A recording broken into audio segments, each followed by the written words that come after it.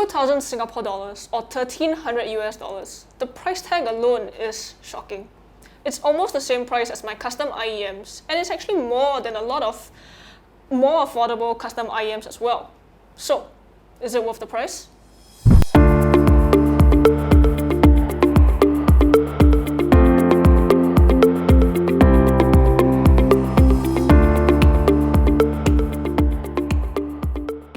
Hey guys, we have the Sennheiser IE900 with us today, and man, am I glad I had the chance to try these out.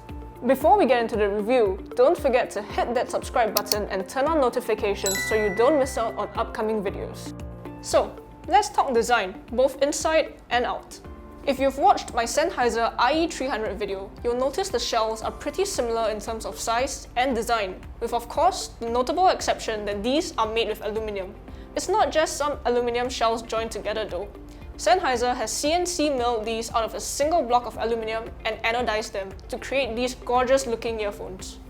You get these beautiful grooves that really add some texture and character to the shells, and I really like it. There's a flat, faceplate-ish area that has the Sennheiser logo printed on, as well as the IE900 model name printed on the left earphone. Under the faceplate area, you'll notice there's an air vent on either side, which makes sense because Sennheiser is still using a dynamic driver, their traditional 7mm driver. Here, you might be thinking, holy sh**, 1,300 US dollars for a single driver, universal IEM, that's insane. Yeah, I thought the same at first too, but here's how you should look at it. Because it's a single driver, there's no crossovers needed, so you actually don't get that distortion. It's a very coherent sound and you don't get, the phase issues and stuff like that. Plus, the comfort is incredible because it's so small and light, there's basically no wearing fatigue, and I can wear these for hours on end. More than that though, Sennheiser has introduced their new X3R technology, which combines the driver with 3 Helmholtz resonator chambers milled directly into the shell that's designed to eliminate resonance peaks in the treble range, as well as an acoustic back volume that sits behind the driver that's supposed to affect the low-end frequencies. More on the sound later though. You still get the Fidelity Plus MMCX connectors, so if you're looking for third-party cables, make sure they fit the bill, otherwise you won't be able to plug them into the recessed sockets. Sennheiser has included a 3.5mm single-ended, a 2.5mm balanced, as well as a 4.4mm balanced cable in the box, which is excellent. For my testing, I mostly used the 2.5mm balanced and just basically left out the 3.5 and 4.4. These cables are actually the same para-aramid reinforced ones you get with the IE300, which means the cable is still a bit sticky and could cause a bit of microphonics as well as give you a tough time trying to untangle them if you ever get them tangled up. Generally though, they stay looped up pretty well, so if you put them into the case that Sennheiser provides, it shouldn't be an issue at all. The hard-sided case provided by Sennheiser is actually pretty nice. On the case, you even get a metal plate that has the name of earphones as well as the serial number engraved on them. Sennheiser also provides some foam tips in the box, which helps with noise isolation, as well as a cleaning tool. Honestly, this is where the price tag starts to feel a little better.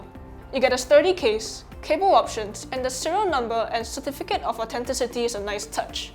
I mean, Sennheiser does a pretty good job at making these feel premium enough to kind of reduce that post-purchase dissonance. Anyway, enough about all that. Let's get into the sound. I mostly tested these with my iPhone 12 paired with a FIO Q3 DEC amp, although I did take a quick listen with an Astor & Kern SP2000 as well. These are pretty sensitive IEMs with an impedance of around 16 ohms, so you could technically drive them with a phone if you really wanted to, but of course, having an amp is always best. On first listen, it becomes incredibly clear that the IE900 is actually very well balanced. The bass response is great. You get a clean sound that can go deep when needed, but still retains plenty of speed, detail, and texture. There's also very decent sub-bass extension, and overall, it's very well done. The mids are lush and very natural, especially when it comes to vocals. You get plenty of expressiveness, and it's just a beautiful sound. And of course, detail, detail, detail. This IEM is excellent at pulling out all the details and presenting them really clearly. Moving on to the treble, I'm actually happiest about it. I love energy and sparkle in the highs, and the IE900 provides all of that without ever crossing into sibilance for me. People who are more sensitive to treble might find it a bit too bright from time to time depending on the music, but personally, I never had an issue with fatigue. The fact that this kind of treble response is coming out of a single dynamic driver is mind-blowing. I would expect it out of a multi-driver IEM with dedicated balanced armature drivers, not from a single dynamic driver.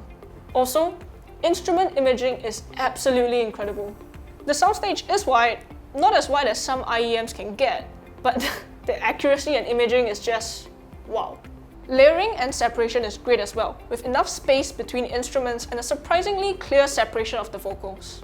So, is it worth the price? Well, yeah, I think so, kind of. If this was maybe 400 Singapore dollars cheaper, I think it would be a much easier sell. For me, the tuning hits all the right spots, and the comfort is, well, just icing on top really. I'm not ashamed to say that I reached for this IEM more frequently than the others I have on hand for testing. It's just that good. Anyway, those are my thoughts on the Sennheiser IE900. If you guys have any comments or questions, leave them down below. Don't forget to subscribe to us and like this video. Till the next one, see you guys!